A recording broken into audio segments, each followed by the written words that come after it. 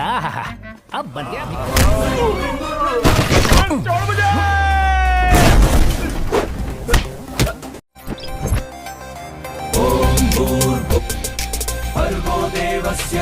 Thank you. Halo sahabat, Assalamualaikum. Semoga sehat selalu dan senantiasa berbahagia. Terima kasih sudah subscribe dan menyimak video LK21 Revive. Semoga Tuhan Yang Maha Esa selalu memberikan rezeki yang berkah dan berlimpah ruah untuk sahabat semua. Kali ini LK21 Revive akan membawakan alur cerita film yang berjudul Ama I Love You. Bagaimana kisahnya? Gak perlu banyak basa-basi lagi, ini dia alur ceritanya. Hey, मैं यहाँ अपने पैसे वापस लेने नहीं आया।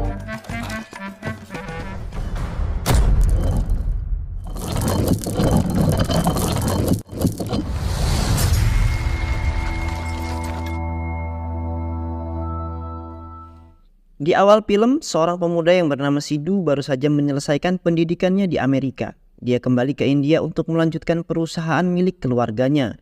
Ia juga merupakan pemuda kaya raya pewaris tunggal perusahaan. Setelah ayahnya meninggal, kini ia tinggal bersama ibunya, yang kini memimpin perusahaan.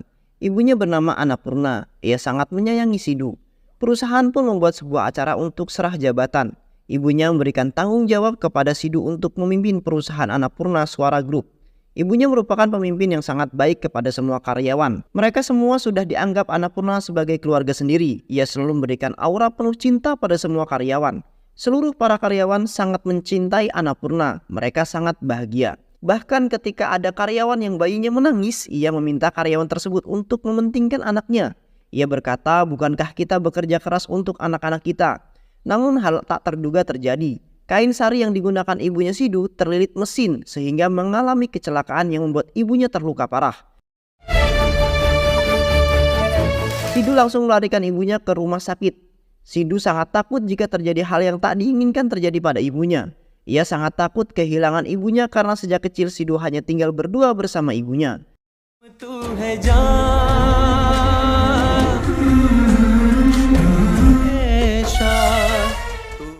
Semenjak kejadian itu, ibunya menjadi koma. Sidhu berusaha membawa ibunya ke berbagai rumah sakit terbaik di dunia demi menyelamatkan nyawa sang ibu.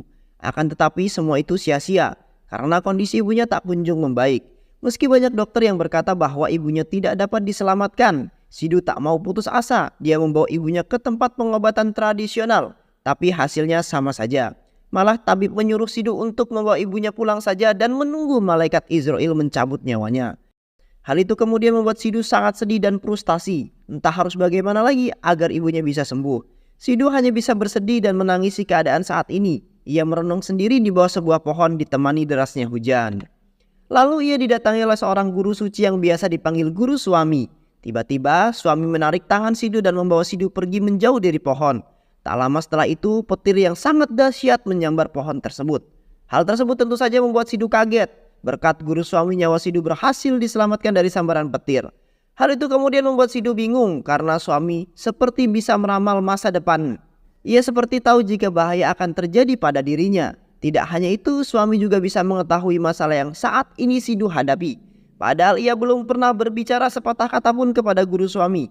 Suami berkata jika semua yang Sidhu lakukan ini akan sia-sia dan tidak akan membuat ibunya kembali membaik kecuali satu hal. Jika Sidhu ingin ibunya sembuh, harus bersedia meninggalkan semua fasilitas dan harta kekayaan yang dimilikinya. Dan Sidhu, kamu harus hidup seperti pengemis selama 48 hari. Uang hasil pengemis juga harus disumbangkan ke kuil setiap harinya. Dan selama itu juga tidak boleh ada satu orang pun yang tahu mengenai identitasnya. Dengan Sidhu melakukan hal itu, ibunya akan sembuh karena begitulah cara kerja alam semesta bekerja. Jika Sidhu ingin mendapatkan suatu makanan, ia juga harus memberikan sesuatu. Akan tetapi Sidhu tak percaya begitu saja dengan perkataan yang diucapkan oleh suami. Lalu Sidhu pergi ke rumah sakit untuk menemani ibunya. Karena lelah ia tertidur dan Sidhu bermimpi jika ibunya terbangun dari koma. Ibunya berkata, ia tak ingin mati. Saya ingin menghabiskan lebih banyak waktu bersama kamu, nak. Selamatkan ibu, nak. Seketika Sidhu terbangun, Sidhu merasa jika mimpi itu sangat nyata. Sidhu pun teringat dengan perkataan guru suami. Ia akan melakukan tantangan itu untuk menjadi pengemis selama 48 hari. Sidhu akan melakukan apapun demi kesembuhan ibunya. Walaupun harus menjadi pengemis, ia tak peduli asal ibunya bisa selamat. Tak lama setelah itu, sekretaris bernama Rajesh datang membawa laporan keuangan perusahaan yang semakin hari semakin turun. karena selama ini sibuk dengan kesembuhan ibunya. Jadi Sidu tidak fokus mengurus perusahaan. Rajesh menyarankan agar Sidu menjual 2 cabang pabrik miliknya. Sidu yang pikirnya sedang kacau, tanpa pikir panjang ia pun menyetujui saran sekretarisnya. Setelah itu Sidu menyerahkan semua masalah perusahaan kepada Rajesh karena Rajesh merupakan orang kepercayaan Sidu.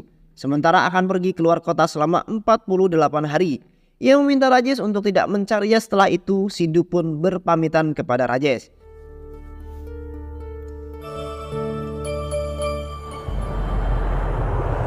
Sidu pergi keluar kota meninggalkan semua kemewahan dan harta kekayaan yang ia miliki.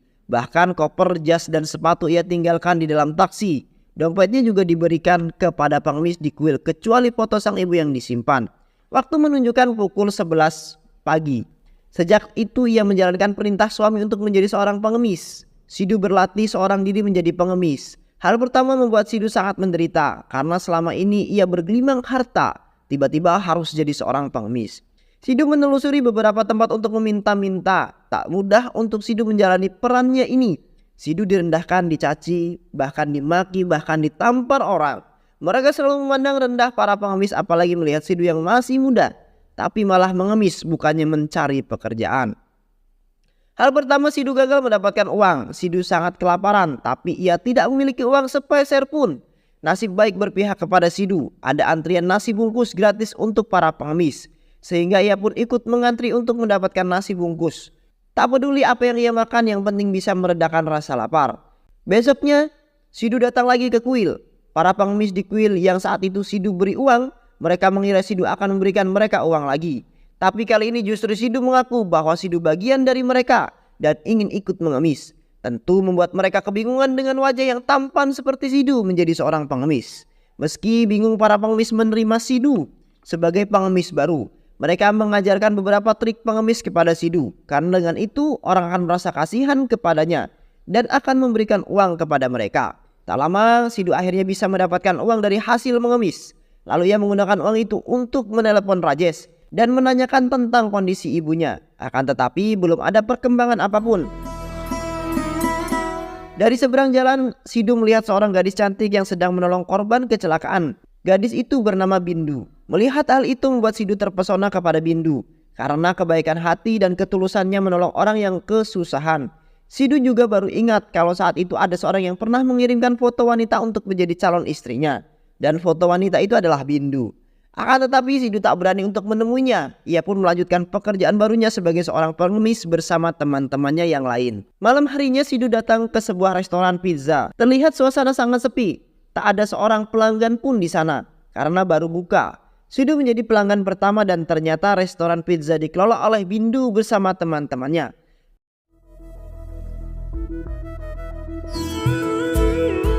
Setelah beberapa hari mengemis, kini Sidu sudah mulai dapat beradaptasi dengan lingkungan dan pekerjaan barunya sebagai seorang pengemis. Dan hasil dari mengemis itu selalu ia sumbangkan ke kuil sebagai persembahan untuk Tuhan. Sidu membuat kalender kerja selama 48 hari agar dirinya tidak lupa dan menandai setiap hari yang telah ia lewati. Saat perjalanan pulang, ia dihadang oleh 3 preman. Sidu mengaku jika dirinya hanya seorang pengemis dan ia tidak punya apapun. Para preman itu menghajar Sidu. Namun Sidu tidak memberikan perlawanan apapun meski diperlakukan kasar. Lalu mereka mengambil foto ibu Sidu yang terjatuh dan mengata-ngatai ibu Sidu dengan perkataan kotor dan lancang. Mendengar hal itu membuat Sidu naik darah. Ia tak masalah jika preman itu menghajarnya, tapi kalau sudah membawa nama ibunya, itu membuatnya sangat marah dan menghajar semua preman itu sampai babak belur.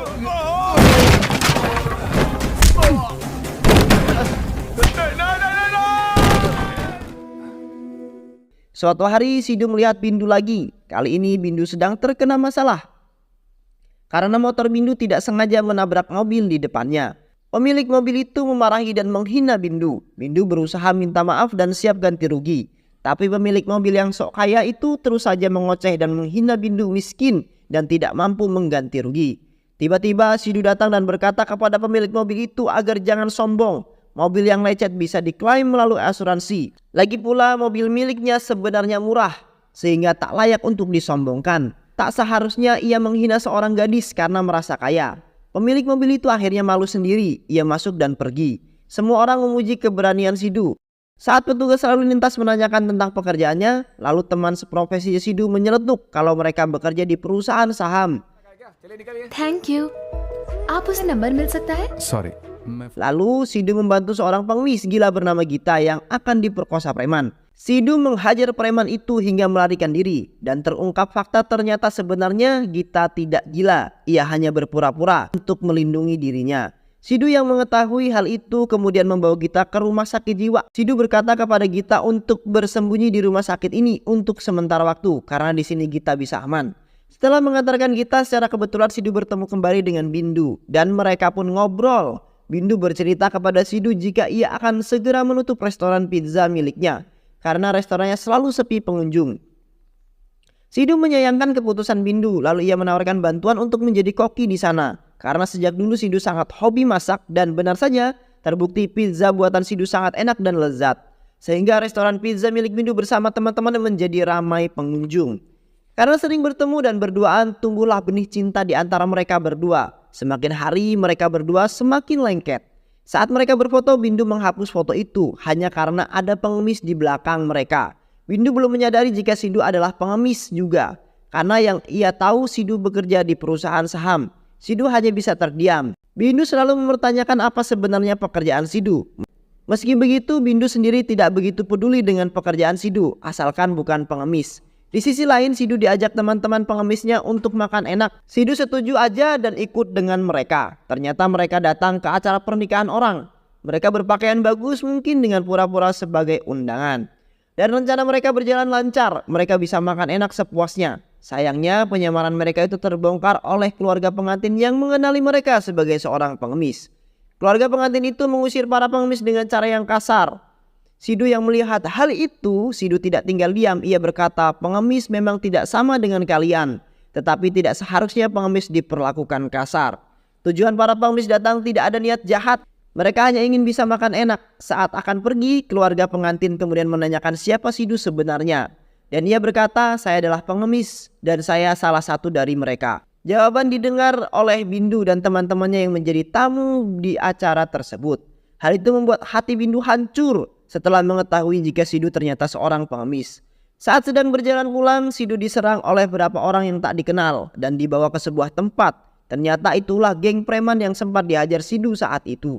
Mereka ingin balas dendam. Mereka tak terima karena dihajar oleh seorang pengemis. Mereka menghajar Sidu sampai dengan babak belur. Tapi yang terjadi justru sebaliknya. Sidu yang membantai mereka semua.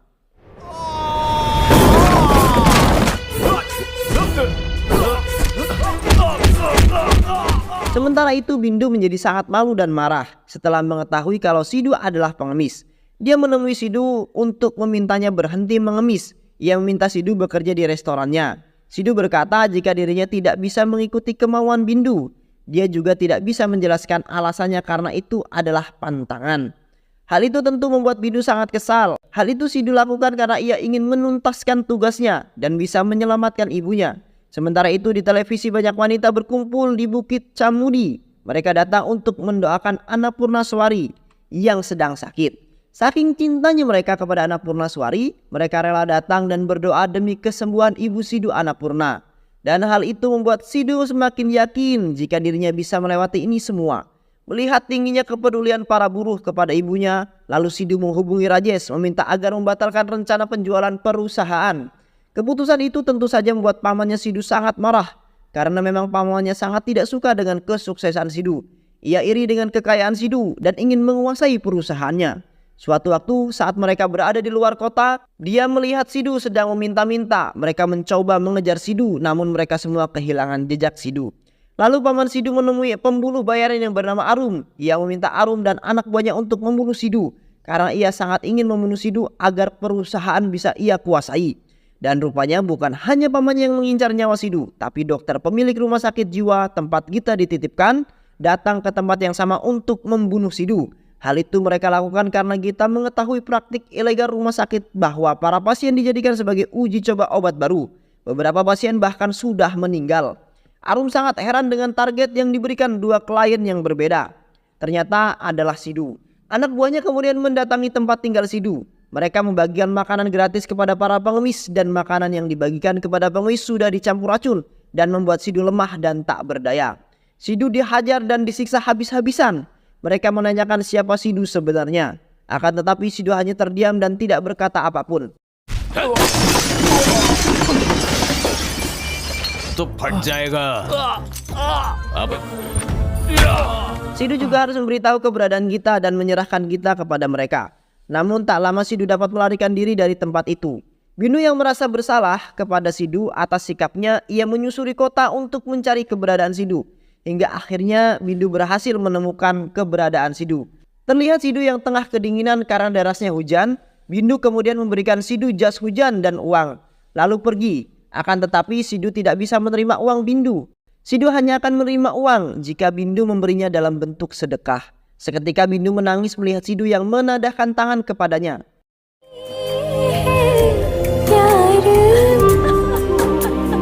Keesokan harinya, ibu Bindu kaget melihat foto Bindu bersama seorang pria di laptopnya. Wajah pria itu tidak asing bagi ibunya dan benar saja orang yang bersama Bindu itu adalah Sidat Sivakumar yang biasa dipanggil Sidu. Ia merupakan anak tunggal pemilik perusahaan Annapurna Suwari. Ibunya berkata jika saat itu mengirimkan foto Bindu kepada Sidu untuk mendaftarkannya menjadi calon istri Sidu, tapi belum ada jawaban sampai saat ini. Bindu yang mendengar hal itu seketika terdiam. Ia tidak menyangka jika pengemis yang dicintainya ternyata seorang miliarder. Sementara itu, tinggal 1 hari terakhir Sidu menjadi seorang pengemis. Sidu harus berurusan dengan para preman yang mencarinya. Sidu yang kesal menghajar para preman bayaran itu karena mereka sudah bertindak kasar kepada para pengemis.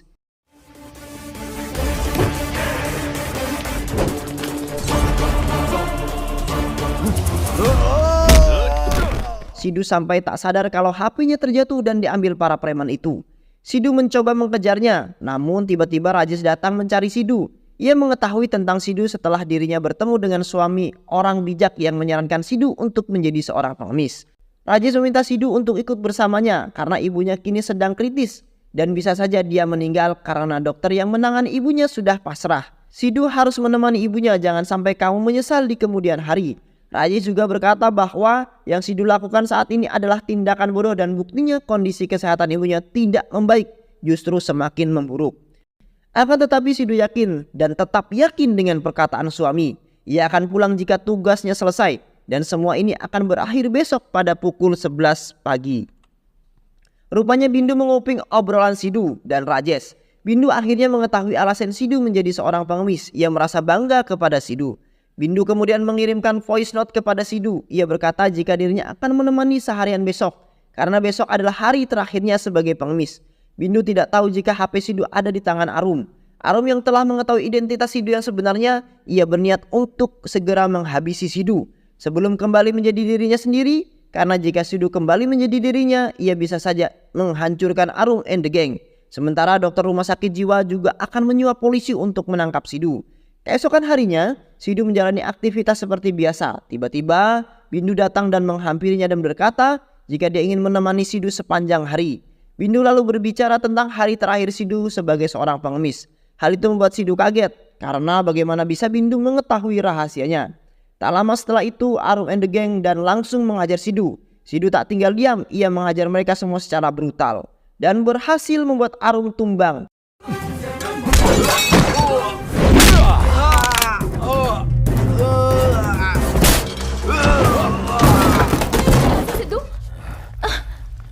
Saat akan pergi dari sana, Arum yang terluka parah masih ingin membunuh Sidu. Tragisnya pisau itu malah mengenai leher Bindu dan ia pun melarikan diri. Sidu pun segera membawa Bindu ke rumah sakit. Akan tetapinya sesampai di sana, para dokter tak mau menangani Bindu, apalagi Sidu yang membawa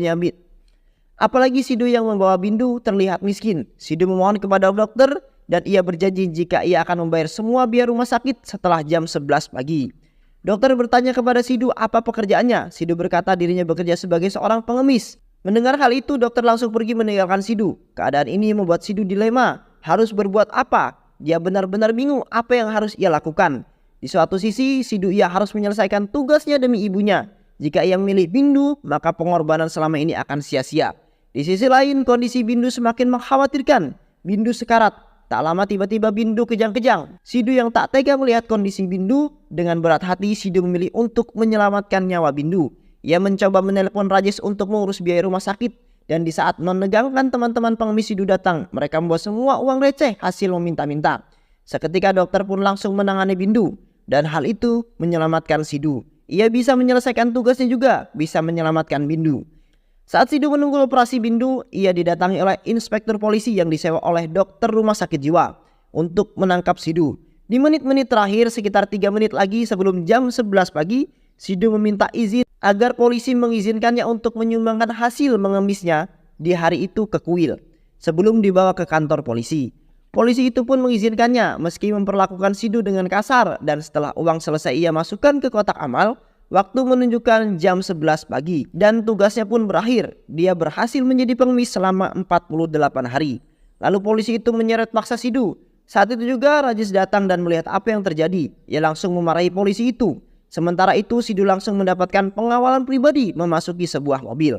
Dan Sidhu pun kembali kepada jati dirinya. Ia kembali menjadi Sidat, seorang miliarder yang kaya raya. Semua orang melihat hal itu sangat kaget. Inspektur polisi dan dokter minta maaf atas perilakunya. Dan setelah ia kembali menjadi seorang miliarder, seluruh musuh Sidhu diamankan polisi dan dimasukkan ke penjara. Arum and the gang juga pamannya yang ingin membunuh Sidhu. Setelah semua urusan selesai, Sidhu kembali ke rumah untuk melihat ibunya, kondisi ibunya yang sekarat. Sidhu sangat sedih karena pengorbanannya selama ini tidak bisa membuat ibunya membaik. Ia hanya bisa menangis melihat kondisi ibunya. Sambil menangis, Sidhu menadahkan tangannya dan ia memohon agar ibunya bisa bangun dan sembuh. Dan saat itulah keajaiban terjadi. Tiba-tiba tangan ibunya mulai bergerak. Hal itu membuat Sidhu kaget. Ternyata pengorbanan selama ini yang Sidhu lakukan tidak sia-sia. Ibunya pun sadar dari komanya yang lama. Singkat cerita, 6 bulan berlalu. Semua teman-teman pengemis Sidhu ia angkat menjadi karyawan di pabrik miliknya. Pada akhirnya Sidhu bisa hidup bahagia bersama ibunya dan juga Bindu. Dan film pun selesai.